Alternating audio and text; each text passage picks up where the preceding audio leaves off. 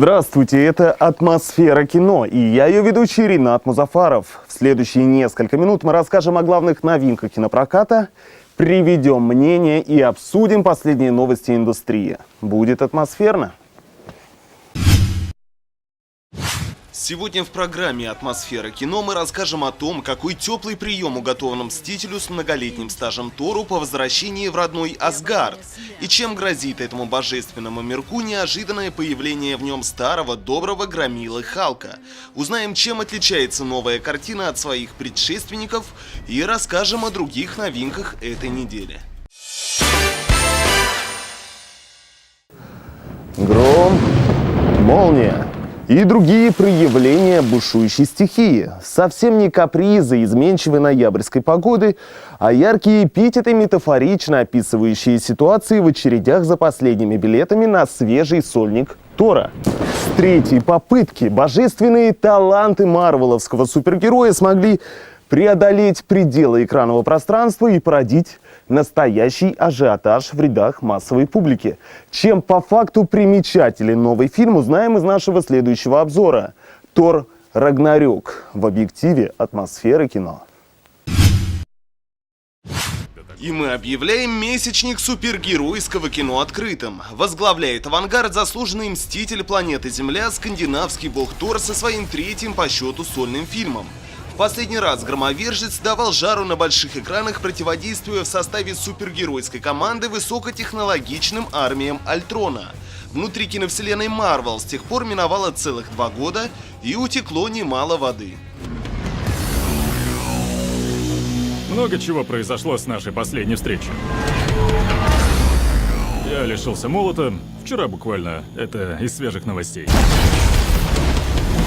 Для общего сведения, земные герои в это время успели разбиться на 2 противоборствующих лагеря и помериться силами на фронтах гражданской войны, отразить нападение вселенского демона Дормамму и пополнить свои ряды свежей партией новобранцев. Тор Рагнарёк вообще мало апеллирует к земным событиям. К этой локации привязаны всего 3 сцены из фильма.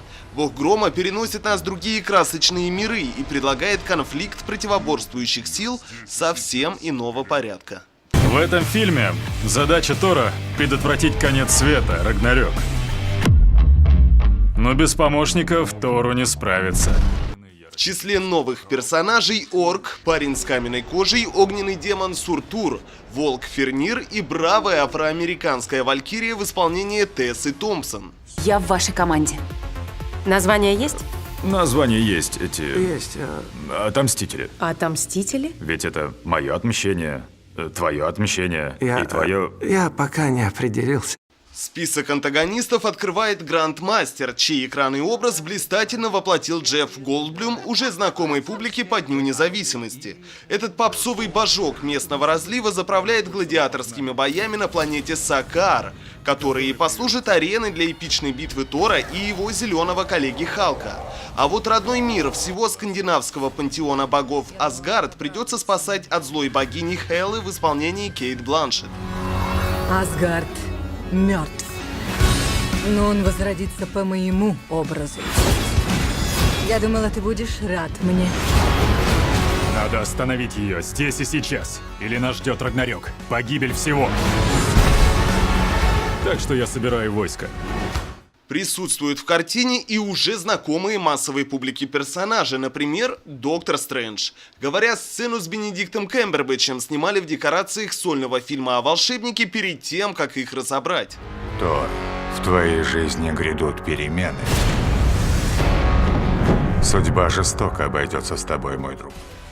Возглавляет проект новозеландский режиссер-постановщик Тайка Вайтити. Его послужной список не имеет других картин схожей тематики. Однако же, приступая к постановке своего супергеройского кино, режиссер успел значительно подтянуться в юморе, явив миру реальных упырей за 3 года до нового Тора.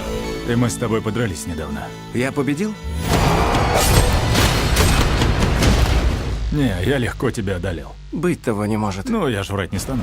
Снабдив фильм о скандинавских богах изрядной порцией юмора, в процессе режиссер-постановщик картины и вовсе заявил, что более 80% всех диалогов в фильме – чистая импровизация. Наши шансы дожить до победного. Шансы так себе, но уйдем красиво.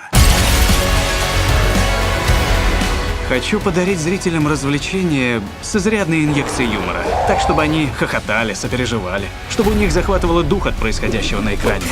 Создателям третьего тура лучше всего удалось передать суть комиксовой природы как удовольствие сразу на нескольких уровнях.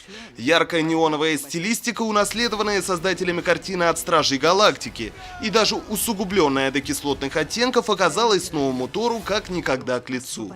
И именно это обстоятельство целиком оправдывает ожидания зрительской публики, наблюдавших как чисто эллинская по духу постановка про скандинавских богов на протяжении 3 сольных фильмов трансформируется в нечто новое и необычное. Конечно, Тор Рагнарёк по-прежнему яркая и динамичная карусель. Однако, в отличие от многих других каруселей, от нее не начинает тошнить даже спустя 2 часа после того, как ты на нее водрузился. Каков воитель? Ну, вперед!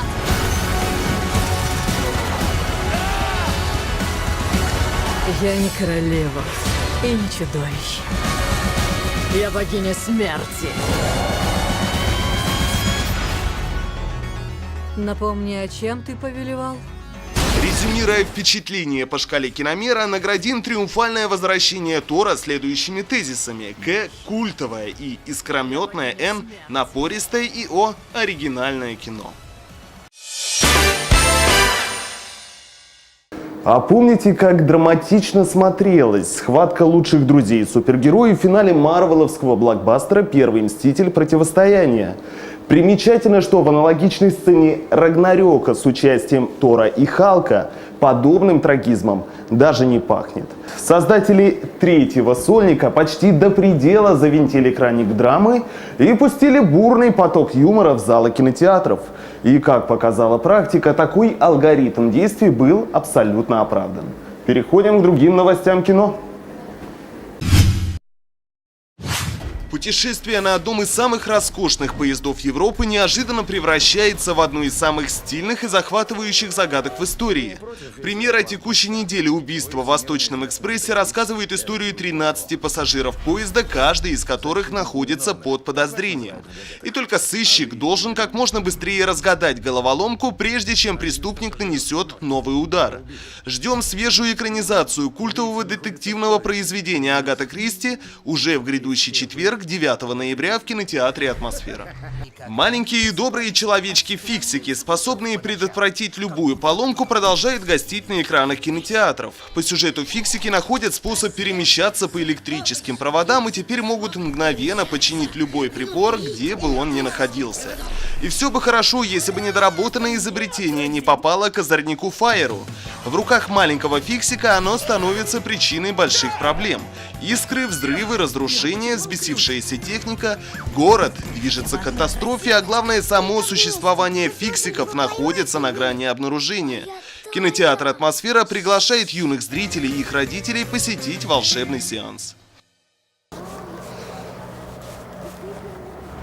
Совместное производство картин от компаний Marvel и Disney в свое время подняло планку качества фильмов-аттракционов до того уровня, который сегодня служит незыблемым ориентиром для всех производителей коммерческого кино. Оборотной стороной успеха явилось то, что компания оказалась вынуждена конкурировать сама с собой. И, надо сказать, справляется с этой задачей вполне успешно. Например, предлагает нам такие актуальные картины, как «Тор Рагнарёк». Надеюсь, нам удалось передать атмосферу кино. Ну а тем, кто хочет полного погружения, пожалуйте на сеанс. Кино настоящее, лучше телевизора. Это в нашем классе всеми признано. В следующем выпуске программы «Атмосфера кино» мы расскажем, кто из 13 загадочных пассажиров роскошного поезда стоит за одной из самых громких и стильных загадок 20 века – убийство в Восточном экспрессе. И чем запомнится зрителю новая экранизация культового произведения Агаты Кристи.